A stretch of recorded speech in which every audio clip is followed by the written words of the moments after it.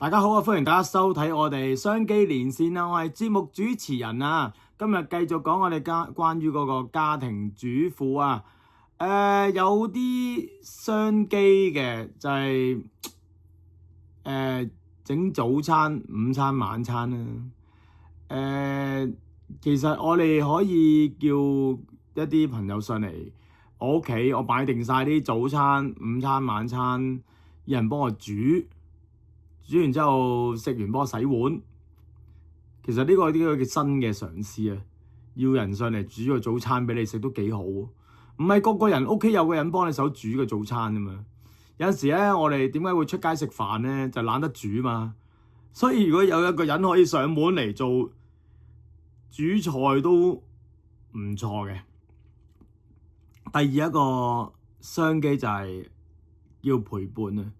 陪伴有好多種嘅，陪伴你做功課啦，陪伴你打遊戲啦，陪伴你傾偈啦，陪伴你睇戲啊，陪伴你做運動啊，好多種陪伴嘅。人開始需求嘅服務唔單止要專業性嘅，有啲嘢係要俾多啲耐心一啲嘅服務，特別係人與人之間嘅感情啊。感情唔係話講愛唔愛上一個人，有陣時有人嘅關心。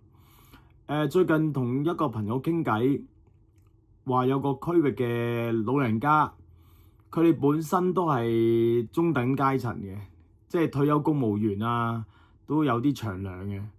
佢哋唔係缺錢嘅，佢哋缺咩咧？關懷。原來關懷對佢嚟講咧，比錢更加重要啊！因為佢哋唔需要使好多錢，但係希望有啲朋友可以同佢一齊互相傾訴。家庭主婦做 You on Life 嘅工作，你唔好諗住以利潤為首啊！有陣時係建立你將來嘅一班朋友，同你共度終身。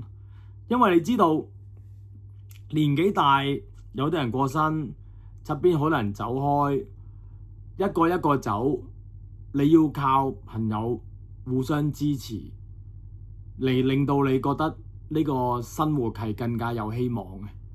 所以我都提議大家做 You on Life， 打破你周邊嘅所有嘅埲牆，認識你側邊嘅朋友，好似以前我細個時候，左鄰右里係唔閂門，係互相識嘅。嗰個生活你我哋住一啲咁高 value 嘅地方，點解咁高 value 就係冇晒所有嘅，全部都係一個閘一個閘，將大家封鎖晒咧？點解我哋唔打開翻晒佢哋嚟建立我哋嘅將來？我哋從做你嘅服務賺取你嘅金錢，再認識你嘅朋友，建立你個關係，建立你個小區嘅關係，形成你將來大個某一日，你都需要呢啲 SP 服務你噶嘛？佢可唔可以做一啲嘅工作，將你班老人家一齊聯繫咗，適應咗做唔同嘅一啲需求俾你哋咧？所以我覺得做 You on Life 呢個平台，或者啲人出嚟多啲同人相處，係建立將來。嗱，我有少少嘅 hash point 同大家講，就係想講啦，整飯啦，即係整早午餐啦、晚餐啦，就陪伴啦、灑落啦，陪你打麻雀啦，陪你打波啊，陪你捉棋啊，陪你操啤啊，鋤大啲啊，呢啲咪可以建立關係咯，係嘛？代購啦，幫你超級市場買嘢啦，接送啦。嗱，如果大家對以上嘅 hash point 有咩好嘅提議嘅，send 過嚟我哋 info@youonline.com， 我哋有專人會跟進嘅。今日時間差唔多啦，多謝大家收睇，拜拜。